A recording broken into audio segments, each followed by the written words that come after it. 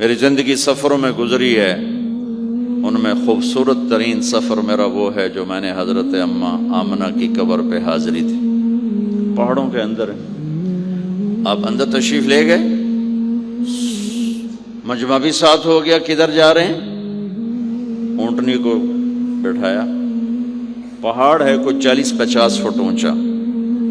اس کے اوپر قدرتی ایسے ایک پلین بنا ہوا ہے جیسے اللہ نے پہلے سے سنبھال کے رکھا ہوا تھا۔ اب تو انہوں نے قبر کا نشان مٹا دیا ہے، تو ماں کی قبر کے سرہانے تشریف لے گئے اور گھٹنے اٹھائے، ہاتھ یہاں رکھے اور سر گھٹنوں میں دیا ایسے۔ یہ پوزیشن ہے چھوٹے بچے کے رونے کی، جب وہ رونا چاہتا ہے تو پھر اپنے پاؤں اٹھا کر یوں کر دیتا ہے۔ پھر اس کے بعد آپ ایک معصوم بچے کی طرح روئے، اور اتنا روئے کہ آپ کی ساری داڑھی آنسوں سے تر ہو گئی، آپ کا احرام تر ہو گیا، اور اپریل کی دھوپ تھی، اور آپ نے فرمایا میں آج رات یہیں قیام کروں گا۔ میں وہاں گیا ہوں، وہاں 2 آدمی نہیں ٹھہر سکتے، میرے نبی نے کہا میں یہیں ٹھہروں گا۔ آگے کوئی 6-7 میل دور انتظام تھا حاجیوں کے اس قافلے کے ٹھہرنے کا، کچھ لوگ چلے گئے ہوں گے، لیکن آپ نے وہ رات اپنی ماں کے سرہانے گزاری۔ اور میں جب وہاں پہنچا تو مجھے چونکہ سیرت پڑھی تھی تو مجھے چشم تصور میں وہ نظر آ رہا تھا، حضرت آمنہ کی عمر صرف 25 برس تھی، اور ہارٹ اٹیک ہوا اچانک، بولا نہیں جا رہا، اور اللہ کے نبی ماں کو دیکھ کے گھبرا رہے ہیں کہ کیا ہوا، 6 سال کا بچہ پہلی موت دیکھ رہا ہے، وہ بھی ماں کی۔ تو مجھے ہارٹ اٹیک ہوا تو بولا نہیں جاتا، بلا رہے ہیں بولا نہیں جا رہا، آواز نہیں نکل رہی،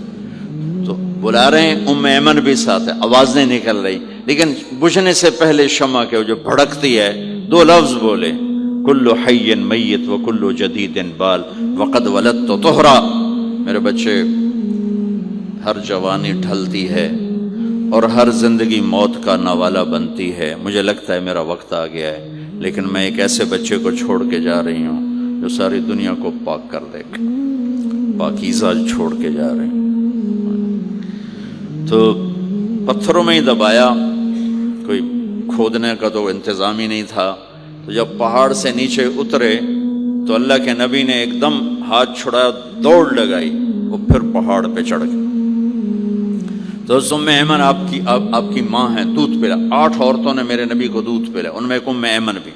وہ جب پیچھے گئیں تو ایسا منظر تھا جس کو دیکھ کر شاید زمین بھی رو رہی ہوگی اور آسمان بھی اور ابوا کے پہاڑ بھی۔ آپ ماں کی قبر پر ایسے لپ کر اپنے سینے کو پتھروں کے ساتھ اور یوں دونوں ہاتھوں سے پتھر لیے ہوئے تھے۔ جب آپ ام ایمن قریب آئیں تو آپ سنا تو آپ فرما رہے تھے، ماں جی آپ کے سوا تو میرا کوئی نہ تھا، آپ بھی مجھے چھوڑ کے چلی گئیں، میرے لیے اب کس کی گود ہے؟ تو ام ایمن رضی اللہ عنہ نے اٹھانا چاہ کے، بیٹا اٹھو، تو آپ نے انکار کر دیا، تو ام نے کھینچ کے نیچے لائیں اور زبردستی لائیں اور اونٹنی پر بٹھایا، اور آگے 2 راتوں کا سفر تھا، وہ سب میرے نبی کے خاموش آنسوؤں سے آپ کا گریبان تر ہوتا گیا، اور آگے نہ کوئی خالہ ہے، نہ کوئی اور آسرا ہے، نہ باپ ہے، باپ اور ماں ہی بڑا سہارا ہوتے ہیں۔ دادا نے کفالت میں لیا، 8 سال کی عمر میں ان کا بھی اللہ ان کو بھی اپنے پاس بلا لیا۔